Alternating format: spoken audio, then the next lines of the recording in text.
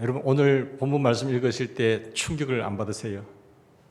우리 인사인 것처럼 나같이 되세요, 나처럼 되세요, 이렇게 바울을 했거든요. 지금 내가 결박한 것 외에는 29절 말씀 보면 다 나같이 되기를 내가 하나님께 원합니다 라고 했는데, 여러분 이같이 교만한 말이 어디 있겠어요? 교만해도 분수가 있지, 너무너무 교만한 말 아닙니까? 어떻게 자기처럼 설령 됐다고 하더라도 어떻게 그런 말을 할 수가 있겠습니까? 근데 사실 깊이 보면요, 바울이 교만한 사람이 아니라는 것을, 교만하는 뜻에서 말한 말이 아니라는 것을 우리가 알아낼 수 있습니다. 이 보면 교만한 말이 결코 아니라는 것은 바울은 지금 어떤 상황이죠? 죄인의 신분이 있는 거죠. 이런 죄인의 신분이 있는데 뭐 나처럼 되세요, 나같이 되세요 라고 말할 수 있을까요? 그러니까 교만하려고 해도 교만할 부분이 전혀 없는 그런 상황입니다. 잘난 사람이나 높임을 받는 사람들이 다 나처럼 되세요 이렇게 말해야 교만한 말이죠. 그런데 지금 죄수의 신분으로서 신문을 받는, 재판을 받는 이 와중에 나처럼 되라고요? 그러니까 이런 나와 같이 되기를 원한다는 말은 교만한 마음에서 나온 말은 아니라는 것을 우리가 확정할 수 있습니다. 게다가 사도 바울은 자신을 죄인이라고 고백하고 있어요. 로마서 7장 24절에 보면 오라 나는 곤고한 사람이로다, 이 사망의 몸에서 누가 나를 건져낼 수 있습니까? 뿐만 아니라 디모데전서 1장 15절에는 보면요, 나는 죄인 중에 괴수입니다 했어요. 죄인의 우두머리입니다 라고 할 정도로 나는 죄인입니다 라는 고백을 하고 있잖아요. 그러니 자기가 잘났다고 생각해서 자기 도취에 빠진 그런 교만이 아니라는 것을 우리가 분명하게 알 수 있습니다. 그렇다고 한다면 사도 바울이 모든 사람들이 다 나와 같이 되기를 원합니다, 나는 하나님께 원합니다라고 이 의미가 무엇일까요? 무엇을 보고 다 나같이 되기를 원한다 했을까요? 사도 바울이 누리는 그 복음의 능력 때문에 그래요. 그 십자가의 복음의 능력, 바울을 사로잡고 있는 이 복음의 능력, 내가 이 복음을 부끄러워하지 아니하노니 이 복음은 모든 믿는 자에게 구원을 주시는 하나님의 능력 때문에, 이 복음의 능력 때문에 그렇죠. 나는 죽었습니다. 이제 예수 안에, 내가 내 안에 예수님께서 사시고 나는 예수의 생명으로 사는 이것을 여러분 이처럼 나에게 평강과 기쁨을 주시는 이 안에서 여러분 행복을 누리기를 바랍니다. 나는 새 생명을 살고 있습니다. 이 삶을 여러분도 누리기를 바랍니다 라는 그 말 의미입니다. 바울에게 있어서 복음은 단순한 어떤 교리가 아니었습니다. 사도 바울이 이 모든 사람이 다 자신과 같이 되기를 원한다는 말은 사람으로서 자신과 같이 되라는 말이 아닙니다. 모든 사람들이 다 자기같이 예수님의 생명으로 사는 자가 되십시오. 예수님의 생명으로 예수가 주인 되셔서 사는 사람처럼 되십시오 라는 말이죠. 그래서 사도 바울은요, 예수님을 영접하고 나서 정말 자기 자신은 로마서와 또 디모데에게 말한 그 디모데서도 보면 그가 고백한 것처럼 나는 죄인 중에 괴수입니다 라고 할 만한 자기 자신은 정말 십자가에서 예수님과 함께 죽어지고, 나는 죄인 중에 이 괴수였는데 나는 예수님 십자가에 죽으심과 함께 나는 다 죽었습니다.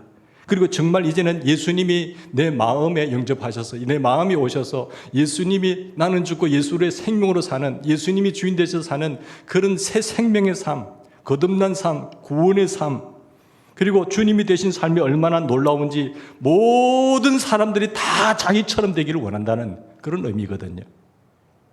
여러분, 자기와 같이 그런 새 생명의 삶을 예수님 안에서 나는 누리고 있는데 여러분도 이런 삶을 사시기를 바랍니다. 새롭게 거듭난 삶을 누리시기를 바랍니다 라는 의미인 것입니다.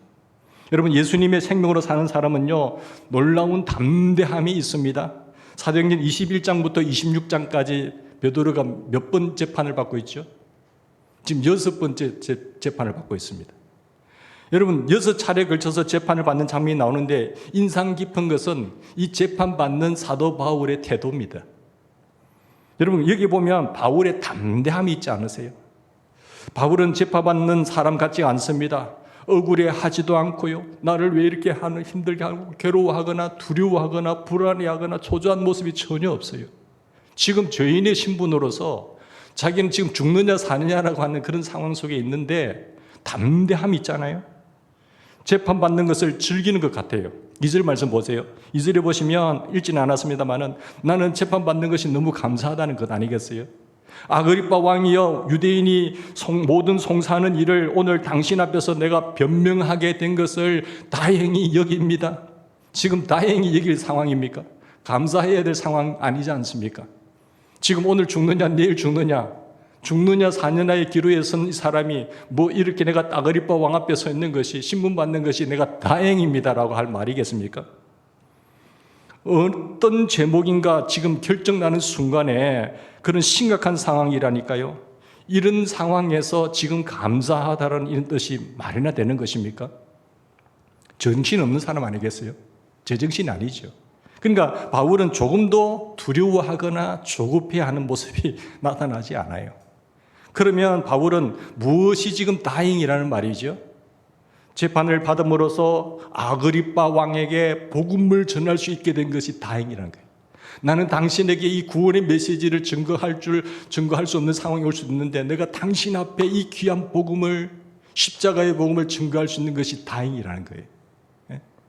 그렇지, 사도 바울이 아그리빠 왕을 만날 수 있게 됐다는 사실이에요. 내가 지금 당신 앞에 지금 제수의 몸이 아니고 신문을 받지 않는다고 한다면, 재판을 받지 않는다고 한다면 내가 어떻게 당신을 만날 수 있습니까? 이런 상황이라도 당신을 만나게 된 것, 그리고 당신에게 이 귀한 복음을 전할 수 있게 된 것이 다행이라는 거예요. 여러분, 우리가 그렇게 말할 수 있겠어요? 사도 바울은 재판을 받을 때마다 지금 자기 무죄를 그렇게 입증하려고 하지 않았습니다. 나 죄 없어요. 나 변명할 수도 있고, 이렇게 안 했어요. 나 이렇게 안 했어요. 할 수도 있잖아요. 무죄를 입증하려고 하지 않고, 천부장에 붙잡혀 갔을 때도 마찬가지고요. 벨릭스 총독에 나갔을 때도 마찬가지고요. 베스도 총독 앞에서도 자기 무죄를 입증하려고 말하지 않았습니다. 지금 아그리빠 왕 앞에 섰잖아요. 바울은 무죄를 입증하려기보다는 그 순간을 지금 복음을 증거할 수 있는 기회로 여겼다는 거예요. 이게 다행이라는 거예요. 전도할 기회구나. 재판받을 때 네 죄가 무엇이냐? 제가 말씀드리죠. 나는 거의 이런 삶을 살았습니다. 그런데 그러면서 예수님이 부활하셨습니다. 예수님이 내 십자가를 위해 죽으셨고, 나 그 주님을 만났고, 부활하신 주님을 만났고, 그 부활하신 주님이 지금 제 안에 있습니다. 나는 이렇게 새롭게 변화되었습니다.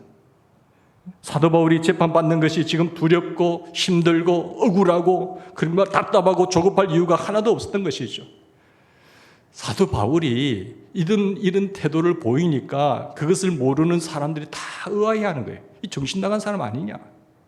지금 자기 모습이 지금 어떤 상황인데 이렇게 편안함과 담대함과 초잠이 안 보이니까 의아해하는 거죠. 이런 사도 바울에 대해서 베스도 총독이 24절에 보면 뭐라고 하고 있으세요? 당신 미쳤네, 미쳤어. 네? 바울이 이같이 변명하며 베스도가 크게 소리내어 이르되 바울아, 네가 미쳤도다. 네 많은 학문이 너를 미치게 만들었구나. 베스도 총독 눈에는 정말 미친 사람이지요. 자기 눈에 볼 때 정답도 아니지만 자기 관점에 볼 때는 미친 사람이죠. 공부도 많이 하고 지체도 높은 사람이 예수 안 믿겠다는 말 한마디만 하면은 석방이고 자유를 누리고 편안하게 살 텐데, 공부도 많이 했다는 사람이 지금 예수를 증거하면서 그 자리를 고집하고 있으니까 미친 사람이지. 재판받으면서 오히려 예수님을 증거하는 게 베스도 기준으로 보기에는 완전히 미친 사람 아닙니까?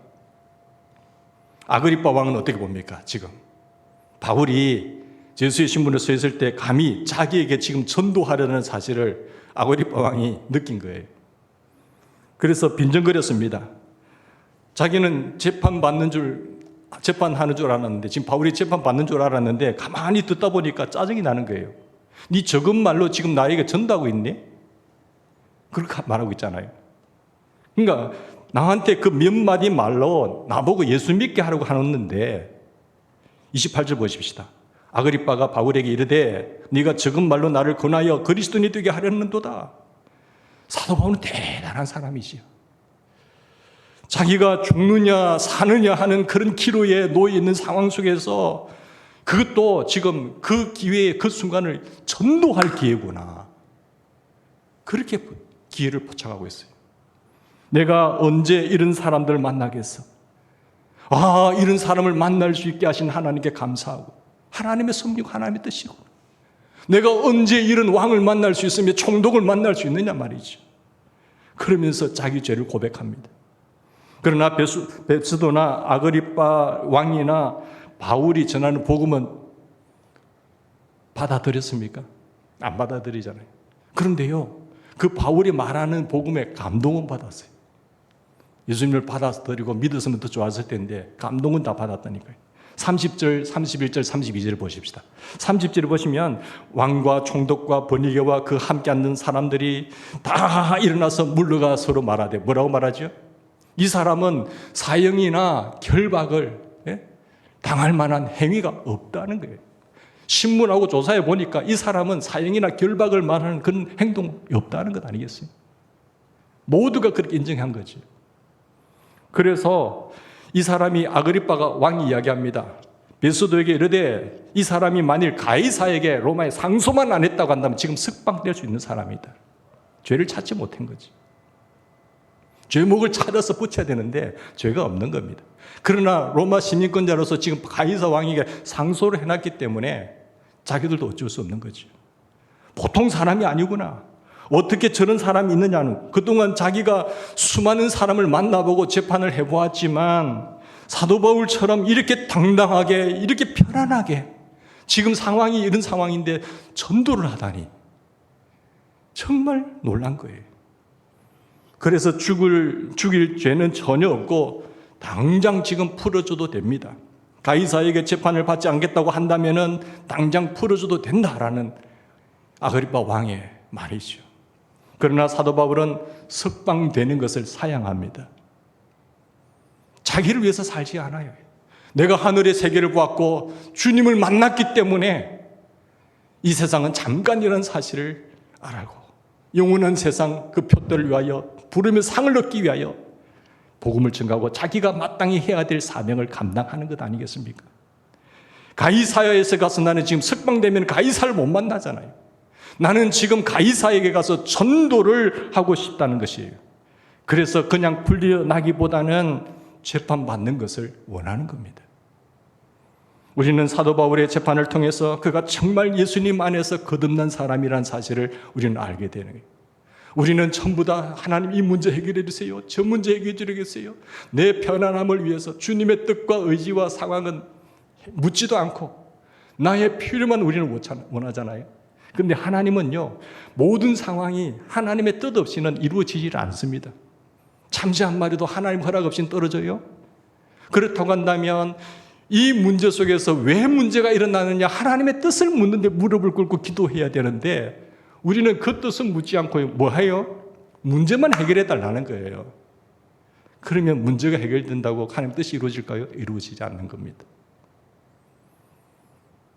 사랑하는 성도 여러분, 우리는 지혜로운 사람이 되기를 바랍니다. 하나님이 왜 나에게 이런 처지 있게 하셨는가? 분명한 하나님의 뜻이 있어요. 우리는 사도 바울에게 재판을 통해서 그가 정말 예수님 안에서 거듭난 사람의 모습을 봅니다. 예수 믿으면 사람이 정말 거듭납니까? 거듭납니다. 거듭나지 아니하면 하나님 나라에 볼 수 없다고 주님 말씀하셨거든요. 정말 예수 믿으면요, 새 사람 됩니다. 믿으세요? 그러면 새 사람이 안 됐다는 것은 예수를 안 믿는다는 증거 아니잖아요.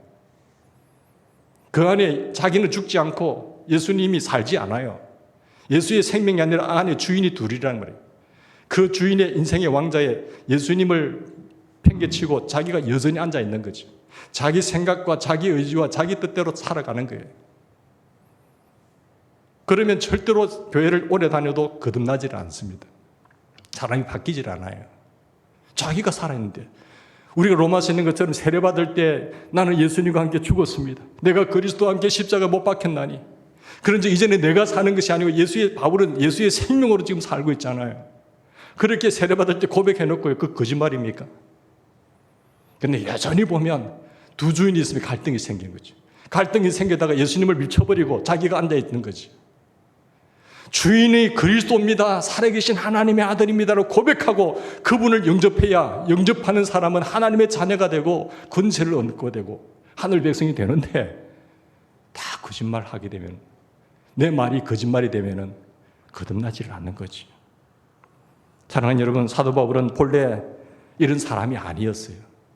예수의 사람으로 살지 않았습니다. 5절부터 11절까지가요, 바울의 과거의 모습을 증거하고 있습니다.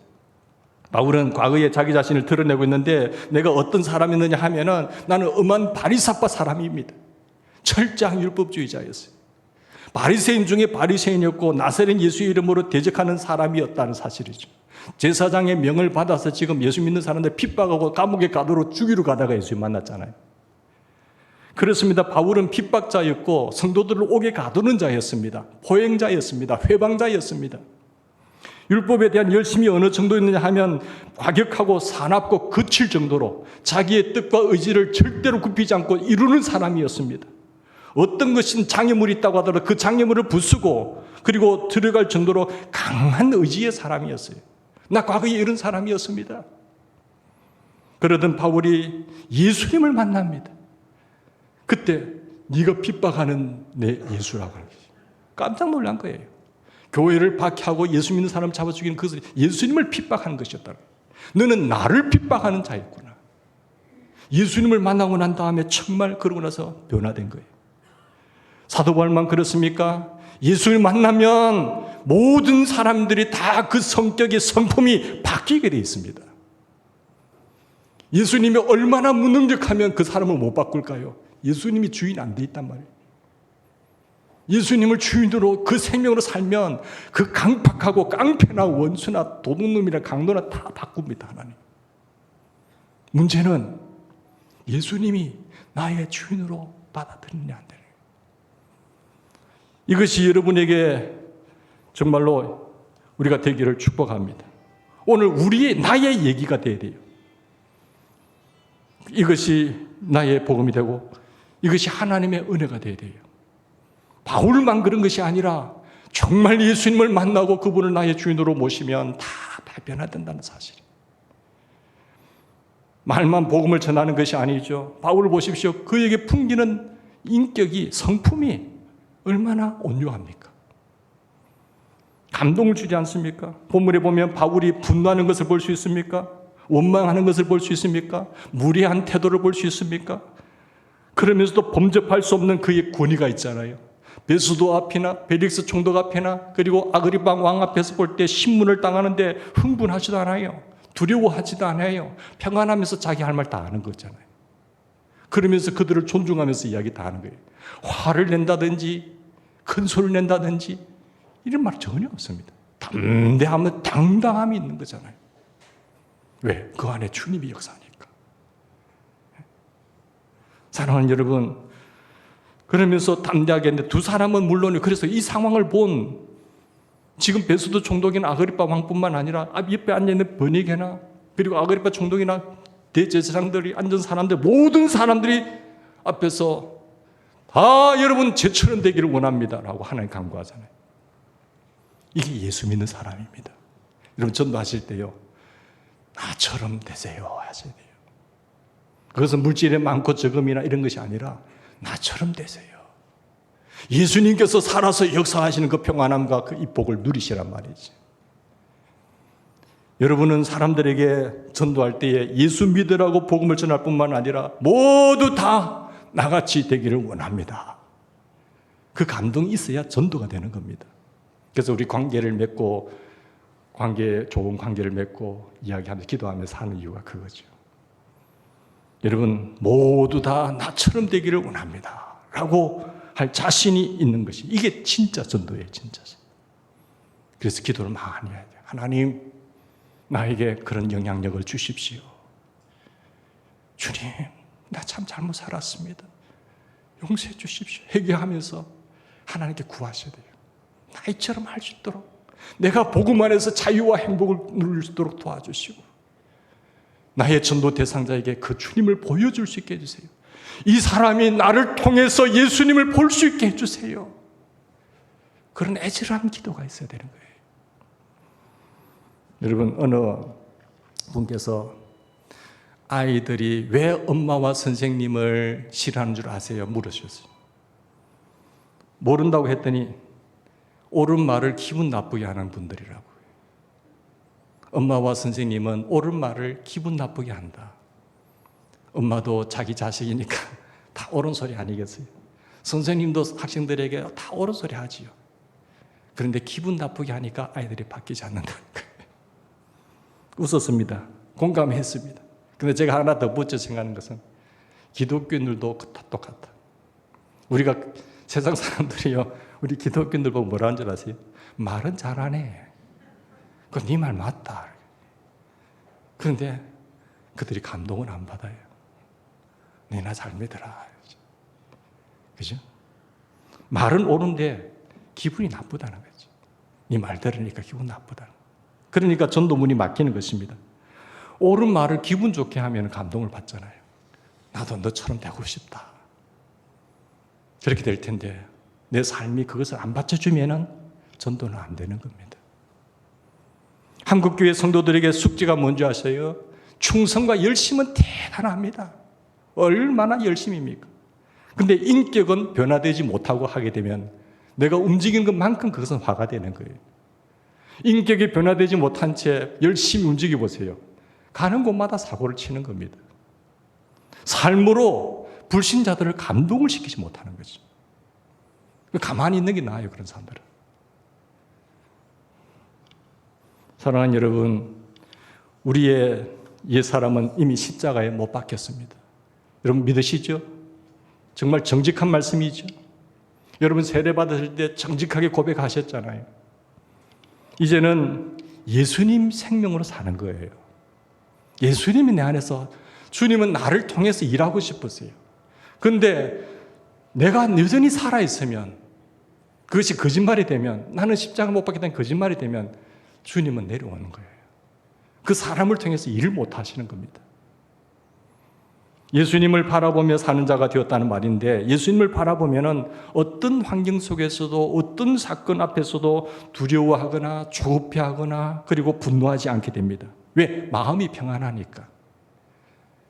주님이 내 안에 계신데 그 평안함, 평안해. 예수 안에서 늘 평안해. 그죠? 주님이 계시지 않으면 내 모든 것이 분노와 화와 이런 것으로 나타나게 되는 거예요. 늘 주님을 바라보고 예수님을 바라보면 주님께서 나를 인도하세요. 오히려 모든 사명이요, 다 사명으로 깨닫게 돼요. 아, 주님의 이 어려움 속에서도 나를 통해서 일을 하라는 것보다 그게 나의 사명이 되는 겁니다. 그러나 예수님을 바라보지 못하면 항상 분주합니다. 열심히 살아요. 바쁘게 살아요. 피곤합니다. 바쁘고 피곤한 것이요, 몸이 힘들거나 병이 들어서 어려운 환경 때문에 있다고 생각하면 안 됩니다. 바쁘고 분주한 것이 그것 때문에 그런 거 아니거든요. 많은 사람들이 환경이 변해야 마음에 평안해질 것이라고 생각합니다. 그래서 빨리 결혼도 하고요, 빨리 시험도 끝내고 직장 얻고 집 사면, 또한 저 사람이 내 앞에서 없어지면 마음이 평안이 올 것이라고 생각해요. 착각입니다. 여러분, 쫓기고 불안한 마음은 이런 환경에서 오는 것이 아니고요, 어둠의 영으로부터 오는 겁니다. 그래서 마음이 불안하고 화가 나는 거예요. 그래서 주님은 무릇 지킬 만한 것보다 뭘 지키라고 했죠? 마음을 지키라고 해요. 마음에 주님이 계시지 않고 주님이 없어지고 마귀가 들어와서 나를 이용하잖아요. 그러면 계속 불안하고 짜증이 나고 피곤한 거죠. 바쁘게 움직이는데. 그래서 항상 바쁘고 쫓기는 겁니다. 여러분, 마음이 분주하고 그 쫓기는 듯한 마음이 들고 자꾸 짜증이 나고 화가 나고 두려워지고 염려하는 것은요, 환경에서 오는 것이 아닙니다. 환경과의 마음은 분리가 되는 거예요. 어둠의 악한 영이 나를 사로잡고 역사하는 거지요. 그러므로 여러분이 얻고 싶은 것, 되고 싶은 것 다 이루었다 하더라도 여러분은 평생 쫓기듯이 항상 두려워하고 항상 짜증이 나고 그리고 화를 내면서 살게 되는 겁니다. 이게 중요한 거거든요. 여러분, 에덴 동산에서 축복이, 하나님 인간을 만들고 정말 부족함이 없는 다 주셨잖아요. 그게 에덴의 축복인데, 근데 그걸 에덴 동산을 창조하시고 아담과 하와를 두시면서 하나님 뭐라고 하시는가 하면 잘 다스리고 잘 지키라고 했어요. 그런 것은 마귀가 들어온 누가 침입자가 있다는 건 아니겠어요? 사탄에게 그걸 지키지 못해. 네가 먹는 날에는 선악을 따먹는 날에 반드시 죽는다고 했는데 마귀에게 속아서 그 축복, 그 평안함을 누리지 못하고 빼앗겨버리죠. 죽음과 아픔과 저주가 찾아왔잖아요. 사랑하는 여러분, 여러분의 가정, 여러분의 마음, 여러분의 인생, 여러분이 주신 축복을, 그 풍성함을 잘 지켜내시기를 주의 이름으로 축원합니다. 악한 마귀는요, 항상 그것을 빼앗으려고 해요. 우리가 편안하게, 풍족하게, 행복하게 살게 못하게끔 하는 것이 마귀의 목적입니다. 그거를 지혜롭게 지켜내셔야 돼요. 사탄은 우리의 마음의 평화를 빼앗으려고 온갖 노력을 다하고 있습니다. 쉽게 흥분하게 만들고, 쉽게 화를 내게 만들고, 별것 아는 일에 깊은 마음을 쓰게 만듭니다. 그래 잠을 못 자는 거예요. 주님께 맡기고 기도했는데 여러분이 거기에 속으면은 주님을 바라보지 못하게 돼요. 우리 믿음의 선배들이, 선진들이 다 가서 히브리서 12장에 보면 예수를 바라보세요. 위의 것을 생각하세요. 땅의 것을 생각하지 마세요. 여러분 육신에게 져서 육신대로 살면 반드시 죽습니다. 그게 에덴 동산에도 다시 말씀이에요. 그걸 먹으면 하나님의 말씀을 짓밟아보면 반드시 죽는데 불순종해버리잖아요. 로마서에도 핵심의 말씀이 우리가 육신에게 져서 육신대로 살면 반드시 죽습니다. 영으로서 몸의 행실을 죽이세요. 그러면 삽니다. 했는데 악한 영이 들어와서 언제 침묵해서 딱 자리 잡고 있는지를 모르는 거예요. 그러면 육신에 끌려 살다가 죄의 종로로 다다가 지옥 가는 거예요. 예? 여러분, 마음의 평안을 잃어버리고 마음을 점검하지 못한 채 자꾸 짜증과 분노를 짓고 원망과 불평과 두려움과 염려를 가지면 그 마귀의 목적은 뭐죠? 예수님을 바라보지 못하게 하는 거잖아요. 예수님이 주인 되는 것을 허락하지 않는 거잖아요. 마귀가 예수님이 계시면 함부로 못 돌아요. 자기의 방법을 못 이뤄나가요. 그래서 우리가 예수님을 못 바라보게 만드는 거죠. 우리 어느 아이들이 있을 때 아빠가 옆에 있으면 어떻게 함부로 덤벼입니까? 저희가 분리를 시켜놓는 것이. 분리만 시켜놓으면 공격인 거죠. 여러분 동물의 왕국 안 보셨나요? 떼가 있으면 그 안에 있으면 함부로 못 침해요. 딱 분리시켜놓고 공격해버리는 거죠. 그래서 항상 24시간 예수님을 바라보면서 예수님과 동행하시라는 겁니다. 그 지난 한 주간 지내시면서 우리 예수님, 사랑하는 나의 예수님 몇 번 생각하셨어요? 잠깐 생각했다가 빠이빠이 하고 내 몸대로 살다가 오잖아요. 여러분 그 훈련이 안 되면 안 돼요. 지금까지 성경에 보면요, 복음서에서는 예수님과 함께 제자들이 함께 하거든요. 근데 내가 가면 너희들이 더 복이 된다. 내가 가면 성령이 오셔서, 영으로 오셔서 내가 너희 안에 갈 거야. 근데 그 사도행전 역사는요, 계속 주님의 임재입니다. 하나님의 임재예요. 신약 성경 전체의 흐름은 하나님의 임재, 우리 안에 오셔서 하나님의 역사가 함께 하시면 역사가 나타나는 거예요.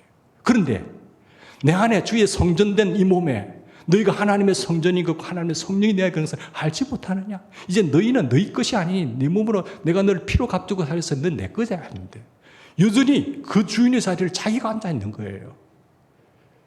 주님께 허락을 하지 않으니까 그건 마귀의 종노릇 하면 죄의 종노릇 하면서 살다가 가는 거죠. 신약 성경의 핵심은 하나님의 성령의 역사입니다. 하나님이 나와 함께 세상 끝날까지 항상 너희와 함께 한다는데 우리는 거기에 관심도 안 두는 거예요. 고민이 와도 그렇고 힘도 그렇고. 그러므로 우리가 마음이 어둠의 영에 빼앗기면 불안하고 초조하고 힘들어지는 거예요. 마음이 평안한지 늘 점검하며 살아야 됩니다. 그래야 예수님을 온전히 바라볼 수 있는 사람이 되는 거죠. 어떤 사람들은요, 사고를 당했어도 사고를 당했다고 해서 뭐 교통사고가 났는지 무슨 사고가 났는지 하면은 비탄과 원망에 빠져요. 그러나 사고와 어려운 일 때문에 마음이 비통에 빠지고 그리고 불안을 하고 원망이 오는 것이 아니라는 것을 알아야 됩니다. 사고는 사고고요. 마음은 마음이에요. 어려움 중에도 얼마든지 평안할 수 있습니다. 과거에 여러분, 지금의 어려움보다 과거에 힘들고 가난했을 때 그 어려움하고 비교가 됩니까? 훨씬 더 과거가 못 살았어요. 지금 어려움, 이게 당한 어려움도 아니잖아요. 문제는 뭐지요? 내 마음의 상태예요. 우리가 오늘 사도 바울에게서 보지 않습니까? 지금 사도 바울이 그 평안함을 찾는 것이 우리의 환경과 비교하면 비교가 되나요? 감옥에 갈 중이에요. 지금 죽느냐 사느냐 위기에 그런 환경에 재판받는 상황 속에 있어요. 재판을 받을 때 어떤 형사재판도 아니고 어떤 민사재판만 가더라도 긴장이 되는 거예요. 그 지금 자기가 자기 문제로 인해서 지금 사느냐 죽느냐의 길에 놓여 있는 이 환경인데 어떻게 이 평안함이 있죠? 여러분이 마음을 빼앗겨 버리기 때문에 그런 거죠. 악한 영이 우리의 마음을 무너뜨려서 더 어렵게 하려고 악한 괴계, 마귀의 괴계를 분별하지 못하게 되면 빠지는 거예요. 원망과 비탄이 마귀의 공격임을 알아야 됩니다. 그래서 마음을 지키셔야 돼요. 좋은 일이 있을 때도 마찬가지입니다. 주님을 바라보셔야 돼요. 여러분에게 있다가 너무너무 좋은 일이 생길 때 여러분 예수님을 바라보는 눈을 잃어버리기 쉽습니다. 어떤 일은 복거리만 당첨돼도 막 좋아가 죽는 거예요. 야, 나 당첨됐어. 우리 아이 말이야, 이 좋은 대학에 들어갔단 말이야. 오, 취직 좋은 데 됐다니요. 좋은 사람과 결혼했다니까. 뭐 출세했다니까. 뭐 합격했다니까. 너무너무 기뻐요. 그러나 이거 조심하셔야 됩니다. 그때 주님을 바라보셔야 돼요. 여러분, 주님이 그 기쁨과 함께 그 기쁨을 누리는, 주님과 함께 누리는 절제함이 있어야지. 좋은 일이 생겼다고 해가지고 주님은 눈에 보이도 안 하고 그 일을 주신 주님께는 관심도 없고 그 일만 바라보고 기뻐하고 좋아하면요, 큰일 나는 거예요. 너무너무 기뻐하다가 주님의 임재를, 하나님의 임재를 대수롭게 얘기하는 겁니다. 항상 우리의 눈이 주님이 나와 함께 하신다는 그 임재를 느끼셔야 돼요. 오늘 우리 예배 가운데 임재하신 하나님, 내가 어디에 무슨 일을 하든지 함께 하신 하나님, 그 의식이 계속 훈련이 되셔야 됩니다. 이게 수행이라는 거, 수행. 그게 하루아침이 되는 게 아니거든요. 세상 일이 너무 기쁜 나머지 주님의 임재가 사라져도 느끼지 못하고 별로 걱정하지 않습니다. 주님을 바라보는 것이 신경도 쓰이지 않는 거예요. 그래 되면 굉장히 위험한 상태에 있는 겁니다. 왜? 세상이 자기를 너무너무 즐겁게 하니까. 그러다가 한순간에 나에게 두려움과 조급함과 분노와 좌절에 다 빠져버리게 된 거지. 좋은 일 속에서도. 너무 슬플 때도 마찬가지입니다. 너무 좌절해도, 너무 좋을 때도 다 동일하게 내 주어진 모든 일에, 환경에서뿐만 아니라 주어진 모든 일에 초점을 맞추고 있는 사람은 다 똑같아요. 주님이 아닌 다른 것에 초점을 맞추는 사람은요, 언제 넘어질지 몰라요. 영적으로도 마찬가지예요. 어려운 일이 있을 때나 좋은 일이 있을 때나 여러분이 주님을 바라보는 눈을 잃지 않기를 주의 이름으로 부탁하고 싶습니다. 항상 예수님께 초점 맞추셔야 돼요. 하나님과 멀어짐이 그게 화해예요. 주님을 가까이 함이 복이에요. 가지가 포도나무에 대신 주님께 붙어있지 않으면 절대로 열매를 못 맺습니다. 결국은 패배예요. 되는 것 같지만 그것은 무너지는 겁니다. 하나님이 지켜주셔야 되는 것이고, 하나님 앞에 내가 붙어 있어야, 그리하면 이 사람은 열매를 많이 맺고 하나님께서 그의 간구하는 기도에 응답하신 하나님이라고 말씀하셨지 않습니까? 그러니까 여러분이 주님을 바라보는 눈을 잃어버리면 안 됩니다. 그때 여러분이 그 모든 일을 다 조절할 수가 없게 돼요. 유명한 성경 강해, 제가 존경하는 목사님인데 척 스미스 목사님은 강해 설교에 대가 있어요. 근데 이분이 그 책에 보니까 처음에 할 때는 좀 사기 어려웠거든요. 그래서 필요한 돈이 있었어요. 하나님, 이 돈이 필요해요. 이만큼 돈이 필요해요. 기도하는 가운데 기도하고 있었는데 한 성도님께서 전화가 왔어요. 목사님, 제가 기도하는 가운데 목사님께 이 돈을 드리라는 마음이 들어요. 그래서 오늘 제가 송금합니다. 그 송금을 보니까 자기가 원했던 금액과 똑같은 거예요. 여보. 이 돈 우리에게 들어왔어. 우리에게 필요한 요청을 기도하는 그 돈 들어왔어. 너무 좋아서 아내와 사모님하고 같이 춤을 추고 있는데 척 스미스 목사님에게 팍 깨달음이 오는 거예요. 척 스미스, 너 너무 좋아하는 것 같아. 그 자리에 무릎을 꿇었습니다. 하나님 죄송해요. 하나님 주셨는데 내가 이 돈 주님과 함께 기뻐하지 못하고 석스미스, 너 돈 때문에 너무 즐거워하는데, 너 아내와 춤추는데, 너 나 때문에 그렇게 즐거워하고 춤춰봤어? 너 나 때문에 즐거워하고 춤춰봤니? 그래서 석스미스 목사님이 평생 그걸 교훈으로 삼은 거예요. 항상 나 주님 놓치지 않겠다고. 그래서 목회를 아름답게 하는 거예요. 사랑하는 여러분, 하나님을 바라보는 눈을 가져야 실족하지 않습니다. 예수전도단 초창기에 그 로렌 커닝햄 목사님과 그 스태프들이 회의를 하면서 우리의 비전을 주셨어요. 우리 배를 만들어서, 배를 구입해서 전 세계에 돌아다니면서 복음 전가하자. 그 비전을 품고 기도했어요. 그리고 오픈 다 했습니다. 그러니까 좋은 의도잖아요. 좋은 계획이잖아요. 많은 전 세계적 헌금이 들어왔습니다. 배가 거의 다 만들어졌어요. 이제 그 헌금이 모이는 것을 보고 너무 기뻐하셨어요. 스태프들과 로렌 커닝햄 목사님. 예수전도단 총대잖아요. 근데 마지막에 잔금을 치러야 되는데 그 잔금을 치르고 이제 배가 완공되면은 목사님께서 회의장 이제 잔금만 지급한 배를 받으시는 상황 속에서 배를 구입한 이후에 배를 완공한 이후에 이제 우리가 회의장 구석구석에서 앞으로 어떤 게 복음을 전가하며 마지막 이 배를 운영할 것인가 그 회의를 하고 다 나오는데 불을 끄고 나오려고 하는데 로렌 커닝햄 목사님 속에 딱 느낌이 와서 불을 끄고 딱 뒤를 돌아보니까 저 구석에서 예수님이 서 계신 거예요. 그때 로렌 커닝햄 목사님이 깨닫습니다. 예수님을 배제한 채 우리는 이런 계획을 세우고 추진하고 좋아하고 즐거워했구나. 회의 때마다 정작 예수님을 바라보지 못했다는 사실을 깨달은 거예요. 언제부터인지 가장 중요한 것을 예수님을 바라보지 못했던 것을 깨달았습니다. 그래서 가장 중요하신 분 예수님을 소외시키고 모든 일을 진행하고 있었던 것이죠. 순간 목사님의 두려운 마음이 생겼어요.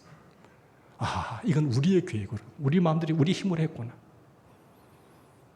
아니나 다를까 그때부터 헌금이 끊어졌습니다. 그때 배 구입은 무산되었어요. 그래서 OM 선교회에서 한 그 교회에 배가 넘어갑니다. 그래서 OM 선교회가 그 배를 운영하고 배를 다니면서 선교회 복음 전가한 거예요. 그리고 이 일을 두고 예수전도단은 교훈을 삼습니다. 예수전도단의 그 사건 때문에, 그 일 때문에 핵심이 뭔가 하면 일이 어려울 때나 일이 잘 될 때나 언제나 예수님을 바라보자는 거예요. 예수전도단의 교훈 삼은 긴 말씀은 이 사건 때문에 있는 거예요. 항상 예수님을 바라보자. 여러분이 마음에 풍랑이 시작할 때에 가능하면 아무 일도 하지 마세요. 내 마음이 불안하고 내 마음이 안정되고 풍랑이 시작할 때 마음의 평안을 잃어버렸다고 한다면 조심해야 합니다. 평안의 상실과 함께 주님의 영도 동시에 소멸되거든요. 주님은 항상 평안하신 분이에요. 마귀는 어두움과 분열과 불안을 가져다 주는 악한 영이죠. 오직 마음의 풍랑이 가라앉도록 이러면 그때는 기도할 수밖에 없어요. 마음이 불안하고 요동치는데 일을 진행하면 반드시 실패합니다. 왜 마음의 풍랑이 왔는지 그 이유를 주님께 물어야 됩니다. 주님 왜 이렇지요? 우리가 무엇을 잘못하고 있지요? 성도 여러분, 마음의 풍랑이 일면, 다시 말하면 마음에 두려움이 오고 분노가 생기고 마음이 조급해지면 그때는 누누이 말씀을 드리지만 어떤 결정도 하면 안 되는 거예요. 힘으로 밀어붙여서도 안 되는 겁니다. 그때는 무엇보다도 먼저 다 기도하셔야 돼요. 주님, 주님의 뜻은 어디 있는가요? 그것을 주님께 물어야 됩니다. 그래서 주님께서 우리의 마음을 평안해 주시도록, 우리의 마음을 다스려 주시도록 엎드리셔야 되는 거죠. 먼저 주님의 평안을 구해야 됩니다. 성도 여러분, 아무리 어려운 일을 당한다 하더라도 우리 예수님을 바라보면서 마음의 평화를 유지하고 있다고 한다면 넉넉히 모든 일을 극복할 수 있습니다. 그때부터 주님의 역사가 흘러나오는 거예요. 그때부터 주님은 일하기 시작하는 것이. 하나님께서 놀라운 일을 시작하십니다. 여러분들께 마음에 예수님이 주시는 평안이 하나님에게 여러분을 부으시는 모든 역사의 통로자로 쓰시게 되는 겁니다. 거기에는 평안과 화평과 화해만이 있는 거예요. 주님이 하시니까. 그리고 담대함이 있는 것입니다. 우리가 항상 예수님과 동행하는 우리 귀하신 분들 되기를 바랍니다. 오늘 이 시간도 예수님의 놀라운 그 평안을 누리고 사시면서 만나는 사람마다 나같이 되세요. 나처럼 되세요. 이 하늘의 평강으로 예수님이 살아 역사하시는 그 모습을 통하여 여러분을 통해서 우리 교회를 통해서 하나님이 아름답게 일을 펼치시는 귀한 그릇들이 되기를 간절히 소망합니다. 같이 기도하십시다.